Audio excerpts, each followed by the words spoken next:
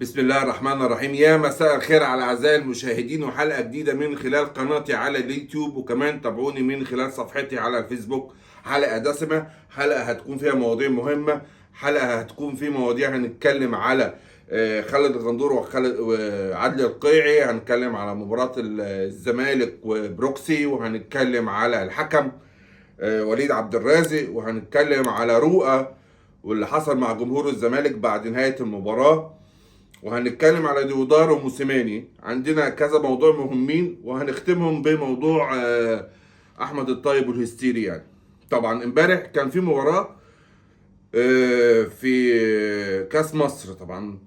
طبعا مباراة كانت مهمة بالنسبة للزمالك، انها كانت ممكن تخرج الفريق من الفترة العصيبة اللي بيعدي بيها فرقة نادي الزمالك.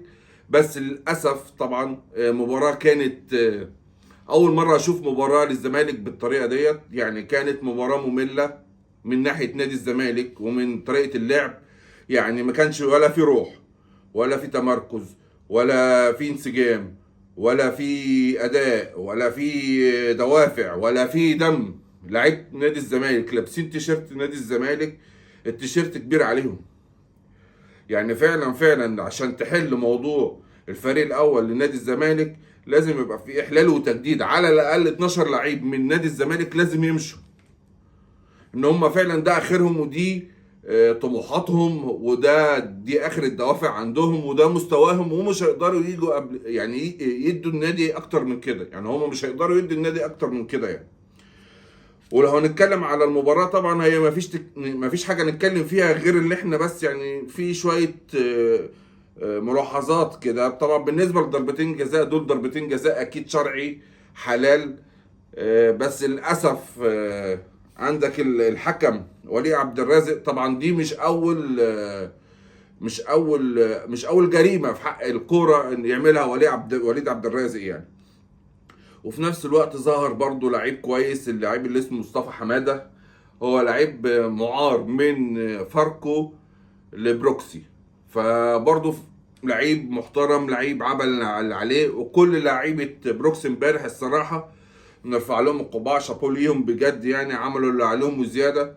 ولولا لو ان في تحكيم او في حكم مسؤول وبيراعي ربنا، كان الزمالك المفروض كان طلع من الكاس امبارح يعني. وهو طالع وليد عبد الرازق على السوشيال ميديا يقول لك ثقتي بالله وثقتي بنفسي. ثقتك بالله ونعمه بالله، بس ثقتك بنفسك انت بتعمل كوارث في الكوره.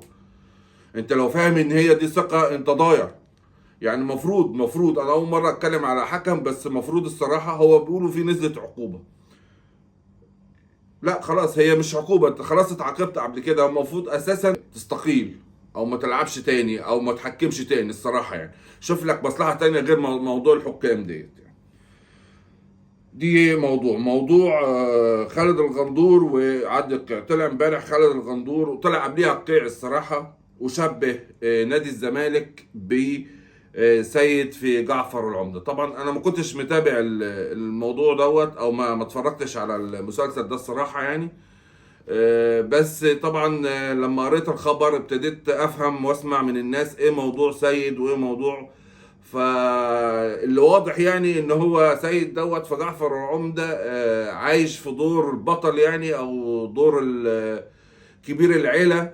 وهو كان عايش في حمى اخوه يعني، وهو بيلقح بالكلام طبعا. فطبعا رد عليه خالد الغندور وقال له في اعلاميين كتير عايشين في دور وداد. طبعا من بعد ما سمعت شويه عن موضوع المسلسل دوت اكتشفت ان الموضوع يعني في كلمه كده عايز اقولها، سامحوني، يعني في تلقيح كلام وشغل النسوان ما بين عادل القيعي وخالد الغندور.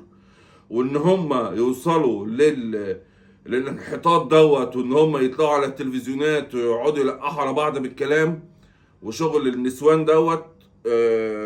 يعني المفروض على الاقل كل واحد يحترم فيهم نفسه يعني.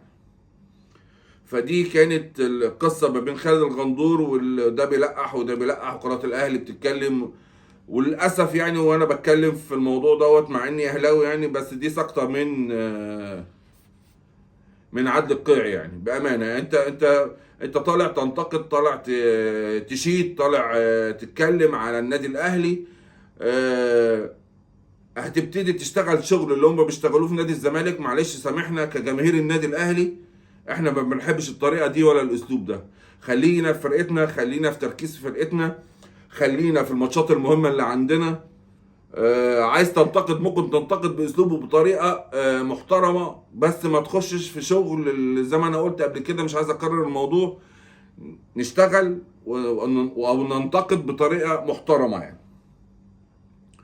وطبعا من الاخبار برضو الجديده يعني، او اللي انا سمعناها امبارح وكانوا الناس كلها بتتكلم عليها، ان دودار بيقول لرمضان صبحي لو ما رحتش انت لنادي الزمالك ولعبت كوره في نادي الزمالك هتبطل كوره. طبعا مع اعتراضي للاسلوب والطريقه اللي بيتكلم بيها دودار رمضان صبحي برضو.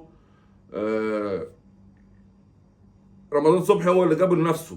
هي دي نهايتك يا رمضان يا صبحي. يعني بعد ما كنت الفتى المدلل وكنت هتبقى كادر من كوادر النادي الاهلي، دلوقتي عفوا يعني خليت كابتن زي احمد دودار. عفوا برضو لو انت بتاريخك ده في النادي الاهلي لغايه ما سبت النادي الاهلي برضو هيبقى تاريخك اكبر من احمد دودار. خليته ابتدى يتكلم عليك. طبعا احنا كلنا متاكدين اللي انت مش هتدي في الكوره وشطبت الكوره الا لو طلعت بره. وانا شايف يا رمضان يا صبحي تطلع بره تلعب كوره. طول ما انت موجود في مصر وطول ما انت بتلعب كوره في مصر، صدقني جمهور الاهلي مش هيسامحك ومش هيسيبك تلعب كوره يعني. وبالمناسبه برضو اللعيبه اللي بتقف للجمهور، طبعا رؤى طلع في ماتش امبارح بعد المباراه، طلع بيقول لك واحد من الجماهير بيندهله يعني او قال له حاجه، طبعا المفروض ما كانش رد عليه. فبقول له بس ياض او بس يالا مالكش فيه حاجه تقرف. ايه اللي انت بتقوله ده؟ بمعنى الكلام ممكن تكون الكلمات مش نفس الكلمات اللي هو قالها رؤى يعني، بس برضو داخل في سكه ان هو بيتحدى الجماهير وبيحط راسه براسهم. وجماهير نادي الزمالك انت كنت بس تتمنى تمشي من جنب نادي الزمالك عشان تلعب فيه، جاي دلوقتي بترد على الجماهير اللي هي عملتك. فبالتالي جماهير نادي الزمالك برضه هتسخن عليك وهتبتدي تعمل، مش هتخليك تركز في الكوره، هيبطلوك كوره يعني.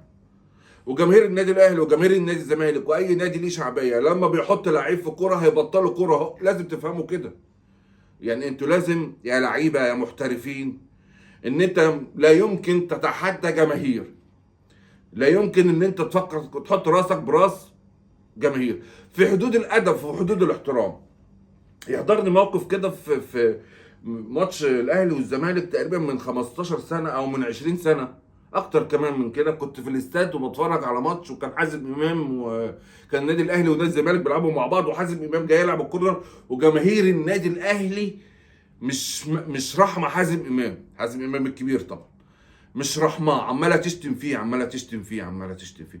الراجل في منتهى القوة وفي منتهى الثبات راح لعب الضربة ركنية ولعبها حلوة قوي. انا مش فاكر طبعا الماتش كان في ايه، بس لما لعبوا كورنر جابوا جون وبص للجماهير ولا اتكلم معاهم ولا هم اتكلموا معاه. خلاص خلص الموضوع، خلص الموضوع ومش عمل لهم كده على راسه وخلص الموضوع. ادب واحترام. دلوقتي مفيش حد بيشتم حازم امام، لغايه النهارده بيشيدوا بادب واحترام حازم امام. دي يعني موقف حضرني، وحابب كل الجماهير كل اللعيبه اللي تبقى فاهمه انها تحط راسها براس جماهير تبقى غلطانه يعني. في بقى موضوع مهم تاني هنتكلم فيه، موضوع الحل في لجنه الكره في الزمالك، وان هم على الاقل لازم يفكروا في تحليل وتجديد اللاعبين اللي هم مش قادرين يركزوا او مش قادرين يدوا النادي الاهلي اكتر من كده، نادي الزمالك عفوا اكتر من كده. في 12 لعيب او 13 لعيب بدون هويه او بدون دوافع ان هم يلعبوا في نادي الزمالك، فبالتالي هم مش هيدوك اكتر من كده يعني. فطبعا لازم الزمالك يرجع، لازم الزمالك يفوق. وطبعا في اجتماع عامله مرتضى منصور الخميس ان شاء الله بكره، هيحدد فيه ويوضح فيه كل الظروف اللي فيها نادي الزمالك في الفتره اللي احنا فيها دي دلوقتي. موسوماني طلب زيزو لنادي اهلي جده السعودي، وطبعا ده كلام دلوقتي لغايه دلوقتي ما فيش حاجه اكيده، بس برضو كان طالب شريف عبد المنعم وكان طالب محمود عبد المنعم، وكان طالب كمان حد من فريق نادي الاهلي انا مش متذكر مين. بيرسي تاو كان طالبه برضه. وطبعا تقريبا الموضوع اتقفل في النادي الاهلي ان احنا الفريق بتاعنا بنحافظ عليه، يعني مش ممكن ان احنا هنبيع حد او هنطلع حد في الفتره اللي جايه. احنا قدامنا 3 4 سنين كمان.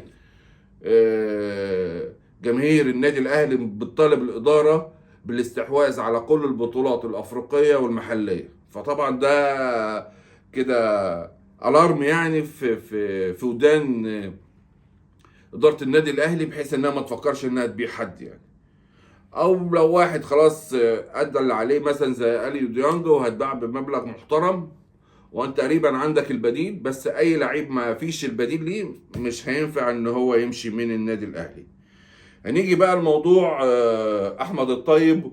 وطبعا كلنا عارفين اخونا الهستيري، طبعا هو يوتيوبر مشهور وبيعمل حلقة اسبوعية مع الكابتن مع الكابتن سيف سمير زاهر. وطبعا احمد الطيب طلع وقعد يتكلم على سيف سمير زاهر، ويقول له عمك لو كان موجود اللي هو سمير زاهر الله يرحمه ما كانش هيسمح ليك ان انت تعمل وتجيب واحد زي الشخص اللي اسمه الهستيري دوت، وان انت تجيبه في حلقة في قناة اعلامية كبيرة بيشوفها الوطن العربي.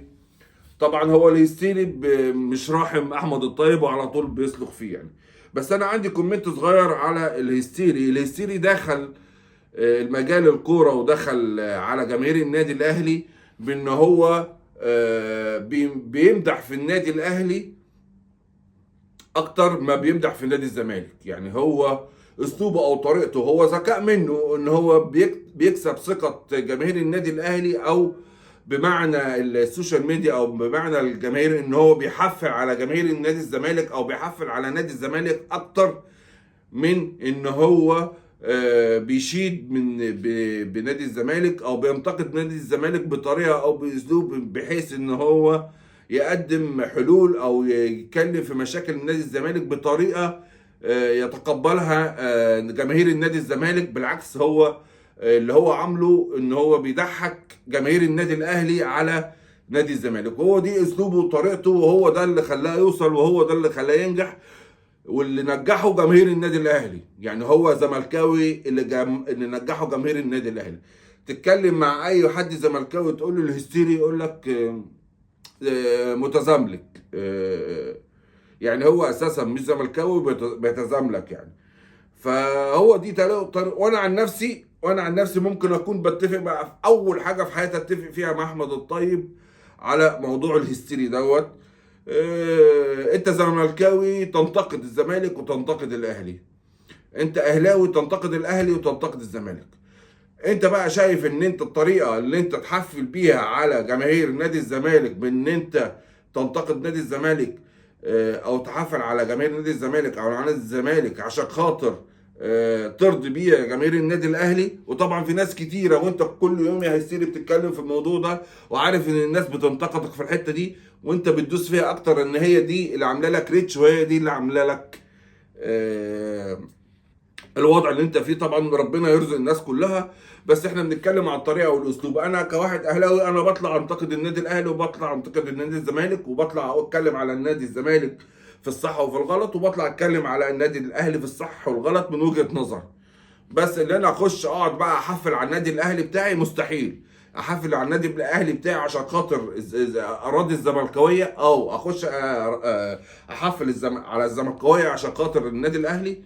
طبعا دي مش مدرستي، يعني هي هتكون مدرستك انت. وبالتالي هتلاقي ناس كتير انتهجت وممكن اذكرهم لك بالاسامي موجودين دلوقتي على السوشيال ميديا او على اليوتيوب، انتهجوا نهج الهستيري. وبرضو الموضوع ماشي معاهم ان الناس ابتدت تقول لهم انتوا بتيجوا على نادي الزمالك، انتوا بتتريقوا على نادي الزمالك. انت تطلع تنتقد نادي الزمالك تنتقده بكل احترام وبكل ادب من غير تحفيل. تطلع تنتقد الاهلي تنتقده بكل احترام بكل ادب من غير تحفيل. تكتسب هنا وتكتسب هنا. اما انت تشتغل على جهه معينه وانت داخل للدفه او الكفه اللي بيسموها اتقل عشان خاطر تعلى بالريتش بتاعك، فدي انتوا دي طريقتكم ودي اسلوبكم. وبنهايه الموضوع ده تكون نهايه حلقتنا. السلام عليكم ورحمه الله وبركاته.